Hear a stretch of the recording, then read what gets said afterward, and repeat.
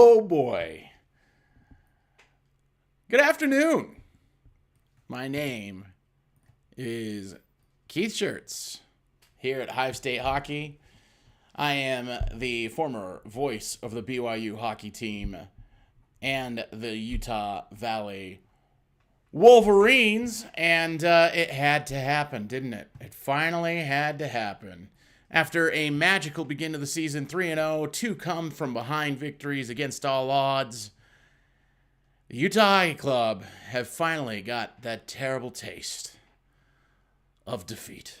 The Utah Hockey Club goes down 3-0 to the New Jersey Devils early in the season on this third game in their 4-game road trip.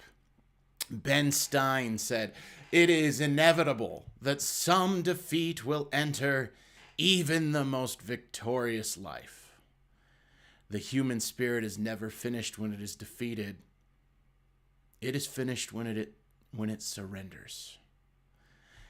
And the question is, you feel like these guys don't want to play any more hockey anymore, or you think we'll be back again? I think they're going to be back again.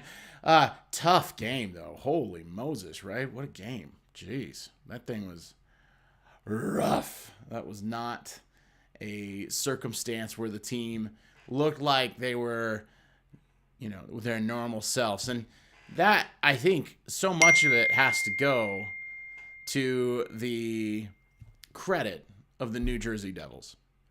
The New Jersey Devils played a great game today. I thought that they were outstanding, actually, in a lot of ways. Their control of the neutral zone today, I thought that, Utah had a hard time getting breakouts that were nice and clean, that could start things going the other way.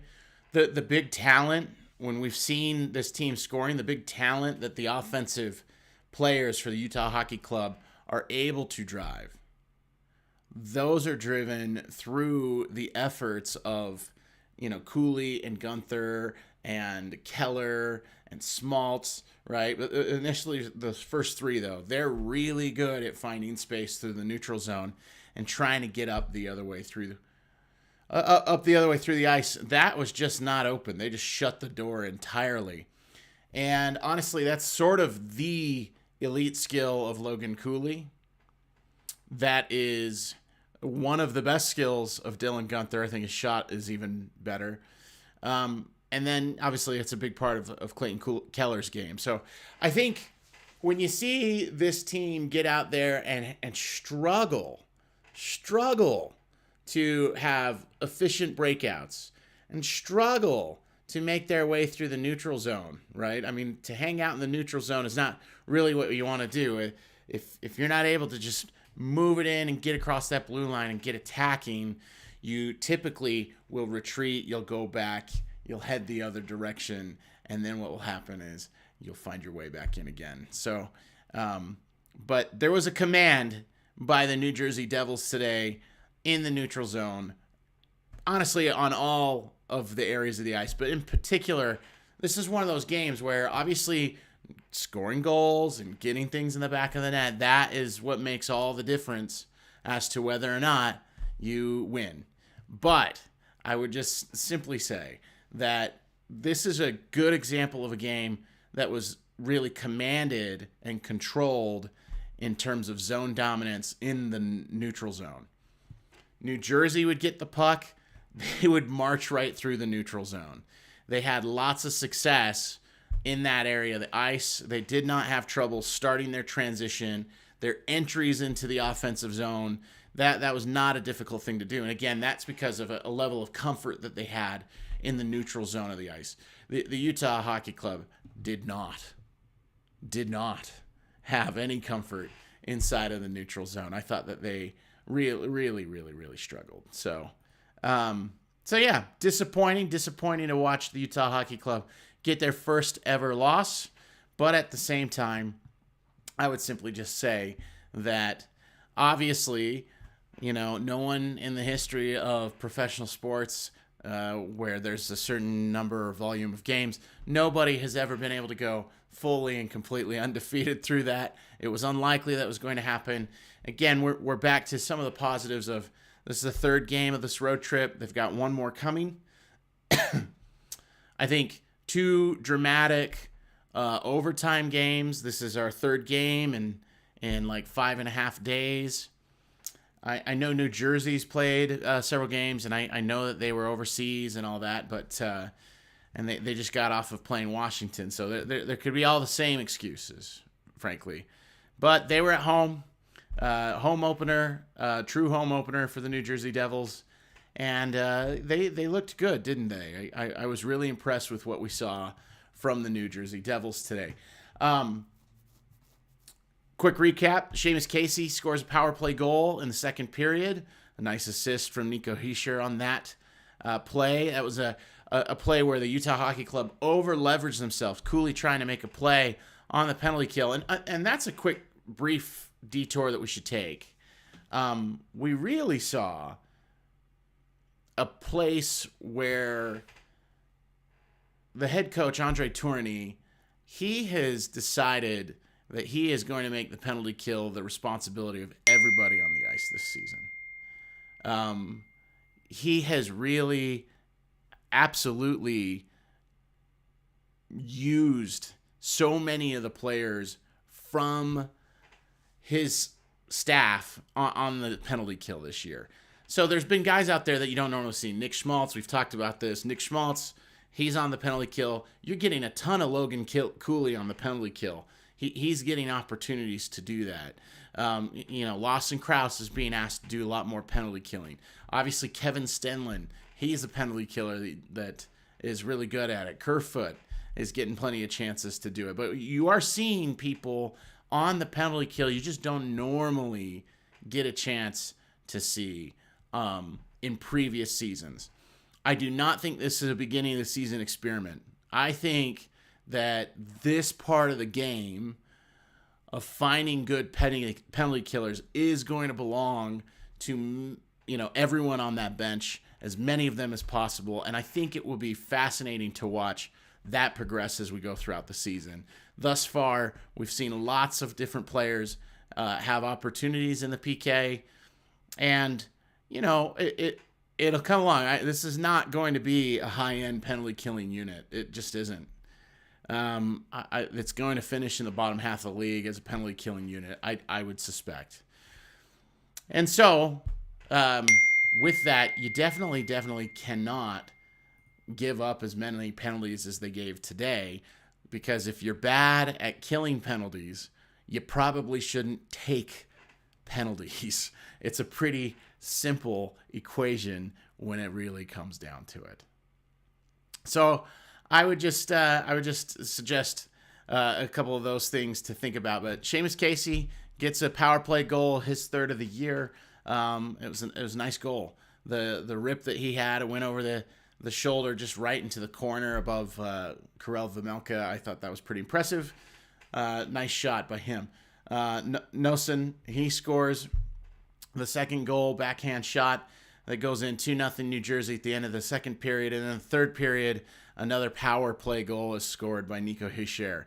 And it was Dominic Moore did a good job on the SCG Plus broadcast for Utah Hockey Club Plus, if you're watching on there. But Dominic Moore, he did a good job of outlining what happened on that play. And that was just, Vladislav Kolyachonok, he over-leveraged himself. The Luke Hughes had the puck. He was just on the goal line. He was actually deeper than the goal line, just a few inches deeper. But unlikely he's going to score from there.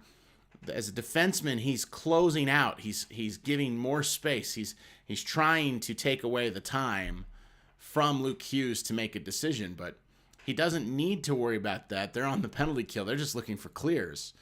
Kolyachonok, by the way, normally not a penalty killer.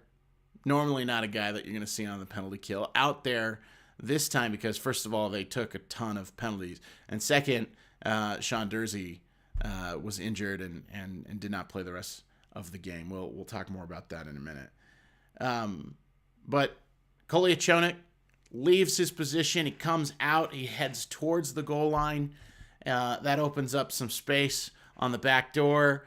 And it's Jack Hughes. And Jack Hughes makes the nice pass right into the slot. Nico Hischier gets that. You give that to the captain of the New Jersey Devils, and he is going to finish it. And he did. So 3-0 New Jersey Devils. There were, 1, 2, 3, 4, 5, 6, 7 minor penalties on the Utah Hockey Club.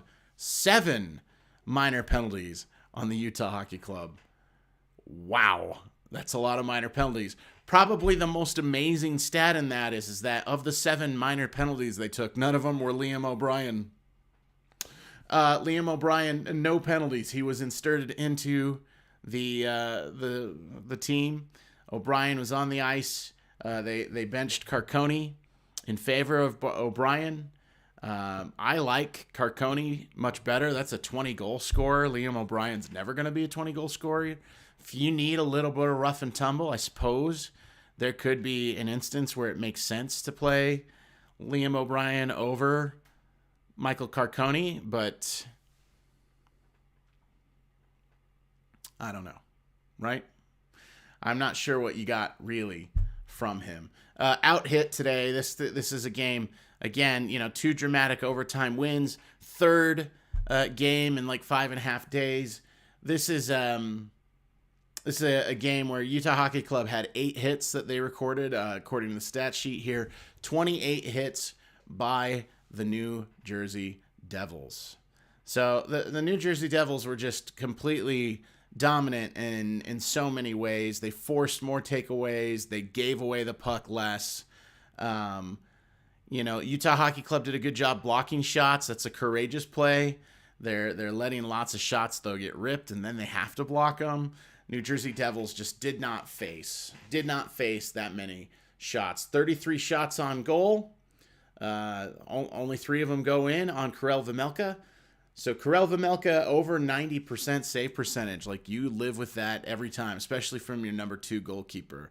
Vejmelka played very well. He played very well today. Jake Allen played really well for the Devils. He played even better. He gets the shutout. He saves every single one of the shots from the Utah Hockey Club, and that's 20 saves. And honestly, if you're looking back on it, none of the saves that Allen had to make were particularly. There wasn't a moment where you thought, "Holy cow, what a save!" He didn't face anything that had all that much guile behind it, did he? He didn't have to deal with difficult looks from the Utah Hockey Club today. He was very, very much in a position where he was not finding much difficulty to not see the pucks. There wasn't much from the bumper spot. There wasn't screens in front. You didn't see very many passes that were made across the seam, across the middle of the ice. So they're just, and frankly, that all comes because, again, they never entered the zone and got comfortable in the offensive zone, and then could work in the cycle and find their way through. And so it's just again, that neutral zone dominance that you saw from the New Jersey Devils. It stopped clean entries into the zone.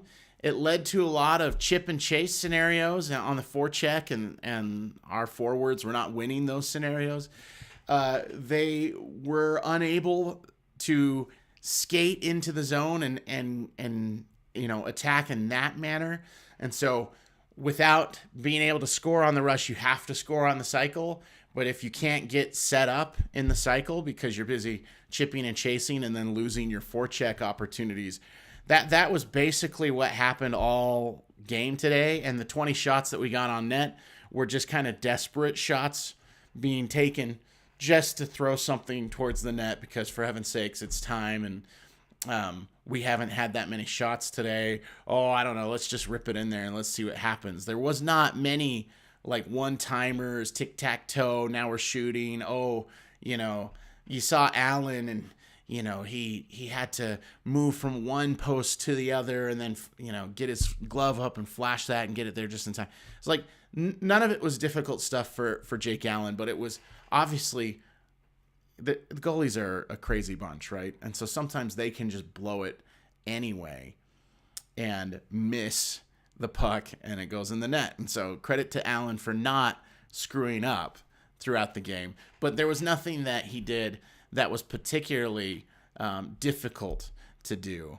And that speaks a lot to the effort of his team in front of him. It also speaks a lot to the inability of the Utah Hockey Club to have things just kind of come together. The next thing that's got to be solved by the Utah Hockey Club, I think, after watching this game, is there needs to be a pretty good conversation about what are we going to do if we do not get a clean breakout. What do we do in order to reset what it is that we like to do to get out of the defensive zone? What do we do to try to unlock Cooley and Gunther and Keller through the neutral zone? How do we get it so that we have speed again? And the Devils did a fantastic job of lining up in the neutral zone to take away the speed of the Utah Hockey Club. And the other part of this is this is the first game this season that I felt there wasn't a distinct speed advantage for the Utah Hockey Club. We're faster in Chicago. We're faster than New York Islanders. I think we're ultimately faster than the New York Rangers, though it was pretty close. The last one would be today against New Jersey. It did not seem like we were faster. It did seem like New Jersey had the ability to match that, to neutralize that, and then get into things that work for them. New Jersey was not an offensive juggernaut today. I mean, they scored 2 on the power play. If you give up power play opportunities and you're bad at killing penalties like we talked about, other team's going to score.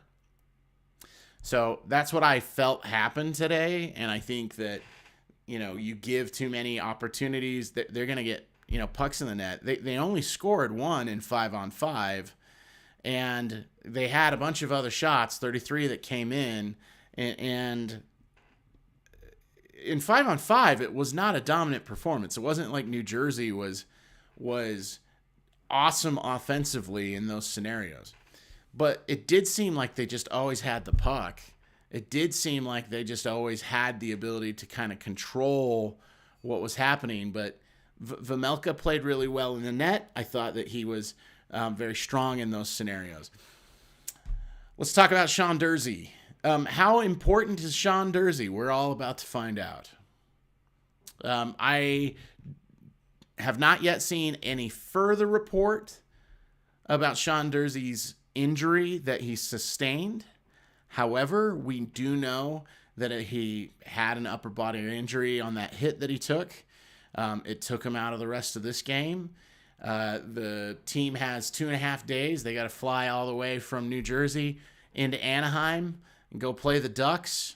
So it'll be fascinating to see how that turns out and what happens with that scenario. But Durzi been playing as a top-line guy. He's been playing on the power play with the second unit behind Sergachev. He is a player that has shown a lot of confidence and a lot of ability earlier on. He's been more creative earlier in the season than I've seen in the past seasons. I think that Durzi was taking a step forward as a player and coming more into his own. Durzi last season got thrust into like the top defensive player on the Arizona Coyotes. And in that role, he didn't necessarily get better, but he also didn't get worse. He kind of just stayed the same player that he was. And now it seems being paired with Sergachev taking on that top defensive player role has enabled Durzi to kind of do more of the things that he does and take more chances, and it looked like he was getting unlocked into a little bit more of a player. Also, he's young. Defensemen usually come to their own in their late 20s, and he's just on the front end of all of that. So I think it'll be fascinating to see what they do without Sean Durzi as this season marches along. Hopefully he is not gone for too long. I think he's a very, very important player for the Utah Hockey Club this season, Sean Durzi. If he's out for long, that would be a pretty bad hit to the team. So what are they going to do against Anaheim without Sean Durzi? Well, they're definitely going to put in Robert Bortuzzo. He is the veteran defenseman. He is the 7 for that defensive group. He's there to give a spell in case something happens like this. They feel more comfortable with Robert Bortuzzo than they did with like a Maverick Lamoureux. They feel better with Robert Bortuzzo than they did with, Artem Duda. They sent those guys back to Tucson and signed Bortuzzo and decided to try to play it out this season with Robert Bortuzzo. So we're going to have to see what comes of having Robert Bortuzzo in the lineup and who he'll pair with and how that gets reshuffled through the deck. I think if it were me, I would look at putting Sergachev with Michael Kesselring. Play Ian Cole, probably Valimaki. Yeah, probably you put... Boy, do you put the two old guys together? I think that... Because I'm trying to decide if Bortuzzo and Cole can go together. They're both older players. They're vets. They could work. They could work together. They're older, but... it's just a game. We'll see. And then we've got Kolyachonok and Valimaki. I don't love that either. I think what you'll see then is I think you're going to see Ian Cole with Kolyachonok. And then you're going to see Bortuzzo with Valimaki. So it'll be fascinating to see how that ends up shaking out. And hopefully it's the case that Durzi's ready to go on Wednesday to play the Anaheim Ducks. But for now, he went out in the second period, and that was it. No more Sean Durzi. In a season full of firsts, this is kind of the crappiest first, right? First loss. First player to get hurt during a game and not return. Those are not strong things for the team to be breaking their firsts on. Okay. Let's see. Other things that I wanted to talk about just, again, as it related to the Utah Hockey Club through this game. Obviously the case that teams are definitely aware of Dylan Guenther and all of the danger that he represents. A good team like New Jersey was able to find ways to get rid of and cancel out Dylan Guenther. You saw on power play opportunities, they had sticks in the way. They were doing everything they could to just not even allow Guenther to get the puck anywhere closer than the top of the circle in. I don't really remember him having a possession inside of the top of the circle and in throughout the entire game. He got the puck a few times in the neutral zone. He held the puck in around the blue line. He was all the way against the boards a couple times and had the puck. But in terms of where he had the puck, where he could be dangerous with the puck, just wasn't happening. That thing where he calls for it and he has the stick in the air, that one-timer call, he just wasn't able to get any service on passes in those scenarios because New Jersey did a fantastic job of taking away Dylan Guenther today. I thought defensively, Nico Hischier for the Devils was matched up in that scenario frequently. I think it's a lot to the credit of Dylan Guenther that he is already commanding that sort of attention. What needs to happen from that is that it needs to open up his line mates. So this means that Logan Cooley has got to be looking elsewhere. Something that we've mentioned in all the post games is that we have not yet seen in that partnership between Guenther and Cooley and McBain, we haven't seen them looking to McBain to make a play towards McBain. And there's good reasons for that. But I would just say that it either means that Cooley needs to stop looking towards Guenther and make them be afraid of his shot, or they need to work out a combination with each other where he's going to draw defenders away, get people to cheat off of Dylan Guenther, and then he's got to find a seam, a way to get a pass over to Dylan Guenther. It also means that McBain needs to step up and be more dangerous. So it'll be an interesting challenge there. I think that I actually don't think it'll be too long. I don't think they can try this for all that many more games. I think they'll stick with the plan. They'll play the Anaheim Ducks this way, but I definitely think that they're going to have to find a different player to be paired in there with Cooley and with Guenther instead of McBain. I know McBain's out there to protect the kids. The kids are all right. Just trust them. They're going to be okay.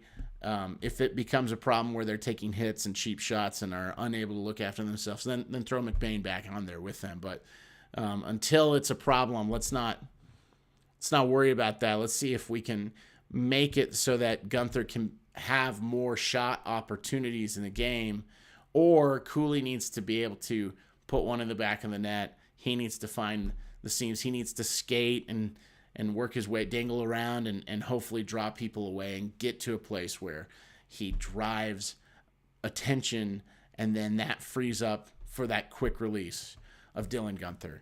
I think that as they pay more and more attention to Dylan Guenther, you're going to have more and more trouble for the kid as he's young and he's trying to find his way through it. He's going to have to mature and find other ways to really be an attacking winger through this. And a lot of times what I'm hoping we'll see is with a shot like his and how he can score from distance and beat a goalie clean, even when the goalie sees the puck. Like there aren't very many players that can do that, but I don't want it to be the case that he goes even further back. And now we're shooting, from a couple feet beyond the circles and just trying to hope that we can find a seam and get it through there. It's a lot easier to block shots from there. That added time makes it even, and distance makes it even easier and more likely that a goalie will make the save. So I do think it'll be interesting for Andre Tourigny to figure out how he's going to unlock Dylan Guenther now that he's commanding the top checking lines of other teams. Now that he is literally getting star treatment from the other team's best defensive forward, when they're coming across the line and you have, Nico Hischier just sticking right on you, and he's a good defensive forward. He's not even the best, right? But if you're going to have the other team's best forward almost always be put on the ice and almost always be tasked with keep track of number 11, I just think that is going to make it more difficult for him to get space, more difficult for him to find ways to get to a place where he can continue to impact with his shot. The good news, he doesn't need all that much time to get it off and to create problems, but today it was definitely the case that they locked up Dylan Guenther. They took away that weapon. And Cooley, McBain, they failed to step up to the plate to create that opportunity, and they'll solve that as they go along. Again, we have to remember, this is really young group, right? 10 players under the age of 25. Really young group who, are going to have to learn how to problem solve as the season, continues along and as we do it. Okay, so tough game. Ian Cole, tough game. Ian Cole, real tough game. He was not good today. He was not good today. Yeah. It's one of those, does he need rest more? And that'll be a fascinating thing. I know it's early in the season, but he's an older player. Maybe Bortuzzo needs to come in and out for Cole. Maybe they need to give him, once every third game, or if it's, if it is a third game and 5.5 or on back-to-backs or whatever, it's something to pay attention to. But this was kind of the first grueling schedule game that the team had this year. And of course they look like it. 0 goals for a team that could do nothing but score goals for the first 3 games. So again, weird performance, tons of games left this year. We will learn more and more and more about this team. On the macro, a 4-game road trip, if you're getting a point a game for your team while you're on the road, all of that is a win, is it not? It is. They've already got 4 points. 4 points from 3 road games. They're on their way to Anaheim. That's brutal. That happens like 3 times this season, by the way, to the Utah Hockey Club, where they go for an East Coast swing of games, and before they get to come back home, they fly all the way into Southern California. I think one time they fly into, so this time they're flying into Anaheim. One time they fly into Los Angeles to play the Kings, and another time I think they're going to Vegas and doing like a quick one West Coast road game before they get to come back to the Delta Center. I think the Anaheim game is a scary game. I know Anaheim isn't a strong team. I know Anaheim is not a physical force team. And if Anaheim tries to play the Utah Hockey Club in a skill match with speed, I am thrilled. I'm thrilled. But I am a little nervous that there's an opportunity for the Ducks to catch the Utah Hockey Club last game of their road trip, game 4 of the road trip. They get to go home soon. You know, sometimes you can take your eye off the ball in that circumstance, and the next thing you know, you just lost to the freaking Anaheim Ducks. But lots of great players on this team, right? Troy Terry, really strong player. Trevor Zegras, promising young player. Cutter Gauthier, rookie this year, supposed to be really quite a good player, good scoring player. Blue line, they've got Minty. They've got a couple veterans through there. This is not a strong team. They should be one of the bottom 2 teams in the Western Conference. However, and if Utah Hockey Club really do want to make the playoffs this year, this is a game they have to win. This is one of those games where it will make a difference in the end, whether or not they're in the playoffs or not. This is a tough position schedule-wise for the Utah Hockey Club.